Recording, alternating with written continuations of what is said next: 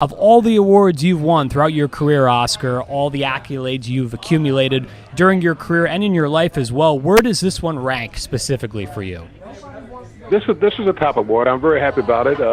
Happy about the being recognized by the NBA for the work I did both on and off the court. Hey, Oscar, having this Lifetime Achievement Award, and you set example for a lot of many players in the NBA. What do you want them to remember in terms of when you get an award like this? What is one thing that you want those guys to remember and take from you getting that Lifetime Achievement Award? The award means a lot to me because I was involved throughout my career as being the president of the Basketball Retired Players Association and also the Players Association. And I think what we did to get together and talk about conditions, having better conditions for basketball players, and finally we got to the Oscar Robertson rule, which I think propelled basketball to where it is today, which is a tremendous game for the people. Why is that? Why has it become so great? Is it the fact that you believe you really started a great movement decades ago and everyone has been able to kind of, pick up the baton and carry along your legacy? Obviously, it's always a team effort. That's how things get done in life. If you could just kind of talk about that effect and how other people have kind of contributed to what you started. Of course, it was a team effort because we have all the players that during my day and age who got behind this because they saw some of the things that were happening in basketball that they did not like. I think that when you look back at the Oscar Robertson rule and what effect it had, and look at what a franchise in basketball costs today, and look at all the millionaires in basketball today, and I think people really like that. A lot of people say, "Oh, guys are making too much money." Well, they're making a lot of money, but you look at the corporate world, they aren't making too much money. And I think people like to see stars, LeBron and Curry. They like to see these basketball players on the court. They don't want to know what they're doing all the time, and because of social media, they can find that out. Hey, Oscar, you mentioned LeBron James, and he's a guy that's been really socially active and with topics and things that have come up. And very open with the way he's been active in terms of being with activism. What do you think about LeBron James and how he's really come out and really shown another side of him in terms of it's not just all about basketball? I think guys like LeBron are right at the edge of everything because you have to understand that basketball players are humans too. They have families and they live in America.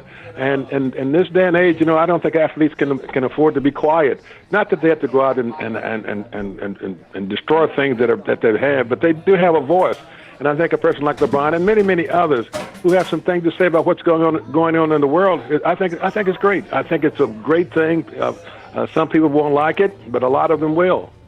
Which player do you enjoy watching the most today, Oscar, in today's NBA? I like to watch a lot of players. I like to watch Golden State. I like the way they play.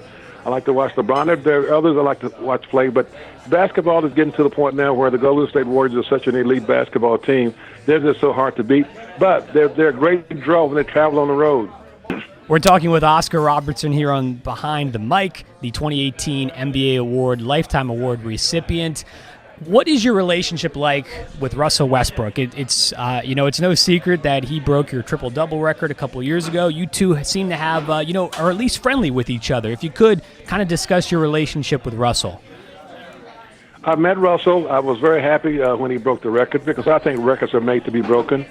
He's a tremendous athlete, and I'm happy he's staying with Oklahoma. But they need a little help. Because, as I said before, the team to beat is Golden State. But he's a tremendous athlete, and really, I think he's great for that franchise and for the people in Oklahoma City. What is it about players who stick with one franchise throughout their careers? You have to respect players, I believe, who obviously want to win a championship being part of a team. But at the same time, Oscar, I think you would agree that there's something very special about a player, kind of like Russell at this point throughout his career, who's just stayed with one team. Your thoughts? Well, I think you'd ask me about players staying with one team. If you look back at the history of basketball, if you go way back, Bill Russell actually came from St. Louis. He came from St. Louis because, I'll tell you this, because St. Louis did not want any black players on their basketball team, and he was traded when he came back from the Olympics before he ever played a game with St. Louis and went to Boston, and the rest is history. You're going to find in this game today, when you do not have a contract, you have the right and a legal right to go to any other team that'll pay you. Some teams would like to keep players. Of course, they'd like to keep players, but you have to understand the owners are involved in this as well, because if they didn't have the money out there for certain players like Kevin Durant, who went to Golden State, he never would have gone there at all. Oscar, what is your thoughts on these super teams, so-called? They call them super teams. I mean, back when you played in the team that you played for in 1971 with Kareem and Flynn Robertson, do you think that's comparable as a super team as today's game and the LeBron James with Chris Bosh, Dwayne Wade, that supposedly, and then you have the new one with Steph Curry, Draymond, those guys? I don't think in this day and age you'll be able to keep teams together forever and ever. If you look at basketball today, you're talking about free agency and players going to different teams. There are a lot of players going who are not stars. I think the difference is that people want to control the stars, because the stars are very important to each team that they play with, because they have fan appeal and they draw a lot of fans to games that they play in, and it makes their franchise worth a lot more money. But you're going to see a lot of players who are like seventh and eighth man, maybe the fifth man on the team. A lot of those players are going to go to other teams, and there's not a lot said about it. What's the biggest difference between players in your era, Oscar, compared to today? Well, I've said the biggest difference, you had guys like Kareem, you had Wilt Chamberlain and Bill Russell. Yeah, they don't make them like those anymore. You had great centers playing in those days, and you don't have that today. You have great athletes, but you don't have any real great centers like those players that I just mentioned at all. What is your thoughts on teams not going to the White House? You have Golden State that they haven't gone the last 2 years. They went. What is your thoughts on that? Do you think there's something that they should do? Or is something that is a choice, like, hey, they don't want to go, they don't want to go? Or you think they're missing out on something by not going? I think in the past years gone by, usually the winning team goes to the White House and they're honored and they meet the president. But here again, we have so many issues going on in the world today, and basketball players are very intelligent. They have thoughts about who they like doing this and that, and the way they want to live. And so, if some decide they don't want to go to the White House, I mean, it's up to the team to decide. I'm sure it's a team concept. I don't think one person on the team decides I don't want to go, and that's it. I think that most of the teams get together and they talk about the issues, conditions, and things that are going on in the country, and they decide from that point. NBA Hall of Famer Oscar Robertson joining us here on the line behind the mic. What is something that you want people to remember you most by, Oscar, as far as your career and now, obviously off the court since you've retired a long time ago here? What's something, obviously you're a very humble guy in general. I think most people would agree with that one. What do you most want to be remembered for, though? I want to remember for the play the play on the court, and how I carried myself at all times, and I was able to play the 14 years, and not get hurt too bad. I got hurt a lot of times, but not too bad that I couldn't play. And also what I did with the Players Association, I think that's very, very important. It's very important to me, and I think a lot of players should understand what that meant for them in their lives today, because. Just think, I don't know. I understand. You could correct me if I'm wrong about this.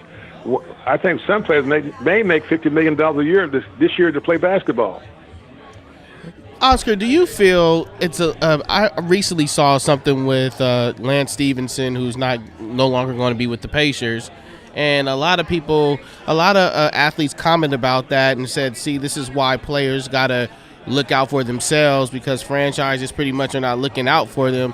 I know you touched on this a little bit. I wanted to have you kind of elaborate on what do you feel about the franchises and these players. Do you think it's a divide and there's something that they need to meet somewhere halfway, and that divide has been there for a while? But do you think it's like a divide between the franchise and these players? Well, I think first we have to understand that basketball is a business, and the owners they know it's a business, and we have to understand that although it's a game, it's a sport, but it's still a business, and they want the best athletes to perform for them so they can win basketball games. The unfortunate part about it that not everyone's going to win. You have elite teams like Golden State, and some franchises they care for their players a little bit more.